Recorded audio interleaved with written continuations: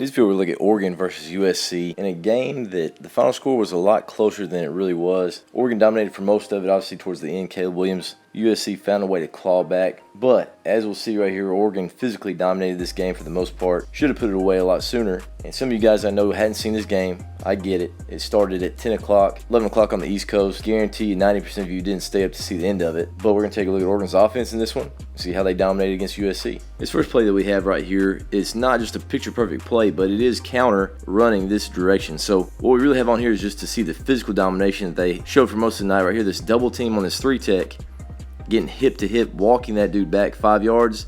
And this tackle comes off on this linebacker that's already having to run the hump over this dude that got absolutely destroyed.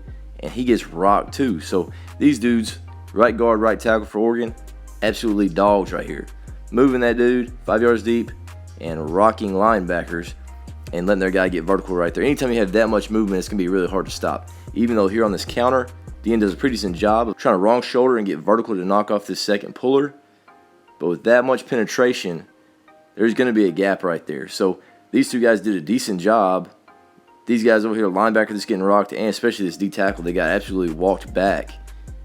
Did a really poor job. Great physicality, great strength shown right there by the O-line for Oregon, especially right guard, right tackle. Here's probably a lot of teams that started running, especially with all these condensed sets with tight end fullback type guys. But Oregon's up motioning their fullback across right here, and they're just running trucks. So he's going to down block in this defensive end, let his tackle get out.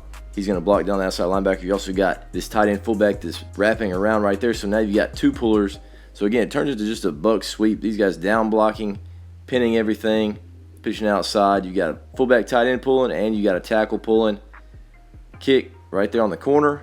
That guy's leading all the way up to the safety. Whoever shows up first kicks the safety, getting vertical right there in the alley. One of those plays that a lot of teams started running, and I see why. Easy way to get the ball in space. Here's a look of a power read right here that starts in an empty set. So right here you're getting in motion. He's the guy that's the sweep. Quarterback's the option to run the power here. You got a tight end fullback over here. And these guys are arcing. When they arc, they're trying to block for this guy for if it is a give. So they're working outside shoulder here of this corner and sliding out there to the outside linebacker, strong safety to walk down. The read here for the quarterback is this defensive end. So instead of kicking this guy on power, they're just going to read him. If he would have widened out to get that sweep, Bo Nix would have pulled this ball and gone vertical.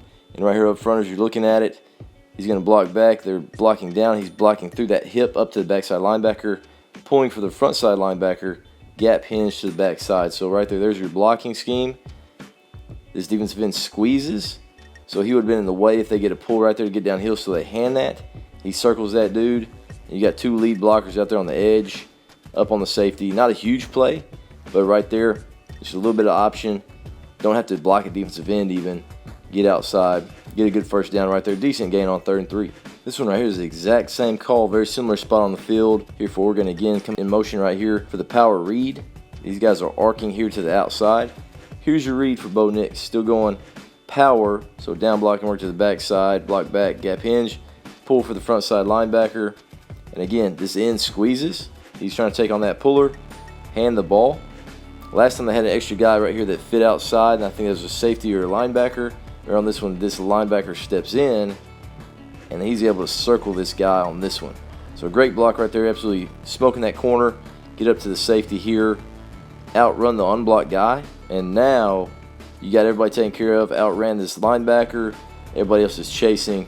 Now it just turns into the better athlete is going to win. Turns on the Jets. Finds a way to get in the end zone right there. Safety wants no part of it, not even hustling right there, trying to make it look like he's trying to get on the play. So right there, a little bit of power read. Got that hand read 2 times.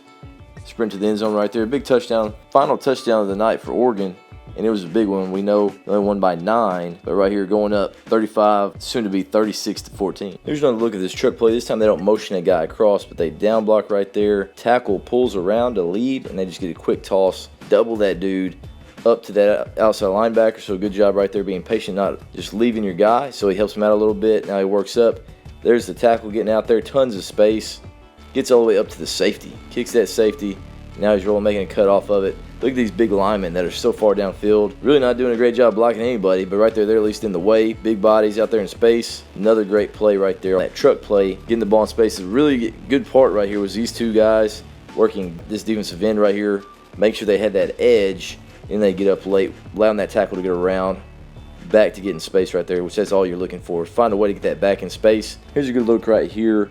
Oregon's in empty, and they're running just your standard slot fade. You got an option here, slot fade here, hitch, one high look. So this is a great call. Slot fades against one high, and Bo Nix decides he's going to go over here to the two receiver side. And right here, if you stop it, this DB is over the top. So right here, he's on the inside upfield shoulder. So that's a prime spot right there to go back shoulder. So this is a really good read, seeing that he's upfield on that upfield shoulder. So he throws it back. Probably not back far enough, but right here, it works out for him. Great catch there. 4 falls on the ground, slides around, and then 7, for whatever reason, out of control, lunging, throws his head down, thinks he's going to make a tackle without seeing it. No chance right there, makes him miss, and then this dude can absolutely fly. He takes off right here, all the way to the end zone. Big play there for Oregon. Slot fade right here on this one. This is a 3rd and 13. And you're just running like a bang 8. This safety is playing way off. Back gets out. It's very obvious. It's cover 1. No disguise right here at all. They're going to bring these 5. So right here when this back swings, takes this middle linebacker that's manned up on him, widens him out. There's nobody left in the middle of the field. And now this outside receiver just putting it to the ground. 1, 2, 3, 4, 5. Sticks it, rolling to the middle. Bo Nix with the time. Throws it right on his face. This corner is nowhere to be seen. So he's got one of the most delayed reactions I've ever seen of somebody that really has no help to the inside. He's got 5 yards of space right there between him and the receiver. And now the receiver gets square on number 4, the safety. And he turns his back right here on this. So for whatever reason, this guy really doesn't think that he can get square and play this dude. He turns his back and tries to center field turns this thing. And by the time he figures out where he's at, that dude's got a head of steam and he's gone.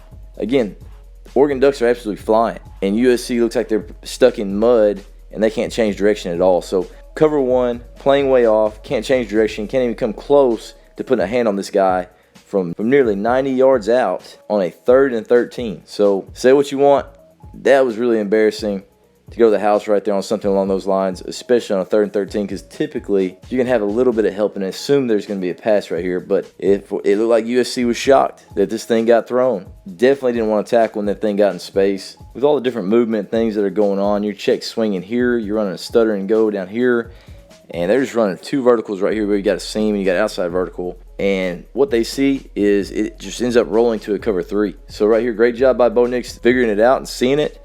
This linebacker strong safety that rolled down is somewhat in the way, but you know you got a bigger tight end. You got to beat the safety with the pace of the ball. Puts it up and over. Big throw and catch on the seam versus cover 3 for Bo Nix to his tight end. Really similar play to what Lane Kiffin and Ole Miss ran against A&M the other week. You're getting the back out right here, and they're basically running some levels. You're getting this guy to running across. He's working this back of the end zone, and this tight end, he's working out, sticking, going down the goal line right there as well. So right there, crossing. You're taking this linebacker. He's really trying to chase right there. You get a bunch of depth here from this backer, and then this safety getting some depth as well, so you can't win to the middle of the field.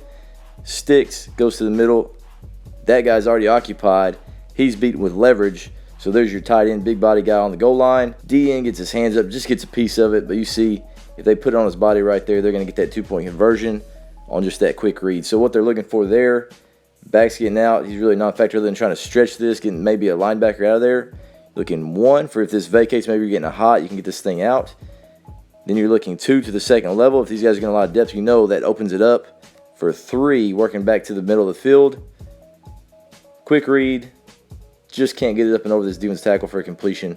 But you saw what they were trying to work right there, and they had it, just didn't quite execute on it. Pretty good concept right here. You're getting an arrow or a flat here by the back. You're getting a basic here into that middle window. You're getting a snag right there into the alley. So right here, as you're looking at it, the flat route, this corner decides he's going to jump that. He's widening a little bit. There's your snag. Here's this basic. If this linebacker would have flown down on it, now you're working that basic back into that window. But right there, everybody's getting depth, trying to wall this tight end. So it's an easy throw and catch on his body, getting vertical, trying to get the first down right there on 3rd and 6. Easy throw and catch. Anytime you can get that snag, you better take it. And right there, I remember when I was playing for Hugh Freeze at Lambeth University, do not miss a snag. It's the easiest throw in the book. Take it every single time. That's what they do right there. Take the snag, and he gets vertical. Easy first down right there on a 3rd and 6. Right here on this concept, USC actually falls asleep, and Bo Nix ends up making a play. But all they're doing right here is running basically 3 verts with 2 guys working underneath. Ends up being a scissors concept right there. So as we're looking at it, We'll just kind of see what the read would have been. So Bo Nix catches it, and for whatever reason, he ends up going backside to this corner, high-lowing this guy, and he's about to throw that corner. He pumps it, but now he second guesses it. If he does throw that corner and puts it right there away and lets that other guy splash away from that safety, there is a good chance for a completion right there. If he just rips it right now, that might have taken just a little bit long for that cut, but Bo Nix doesn't like it. He kind of pumps it. Now he's getting away from it. If you're rolling this thing back, you're seeing number 3. He goes to the corner. He's going post. And right here, they don't switch it off. He looks like he's playing man-to-man. 23 does. This safety sees that guy go post, and he chases it. So right there, now there's nobody in that deep third. Nobody chasing that corner. And Bo Nix is able to find him.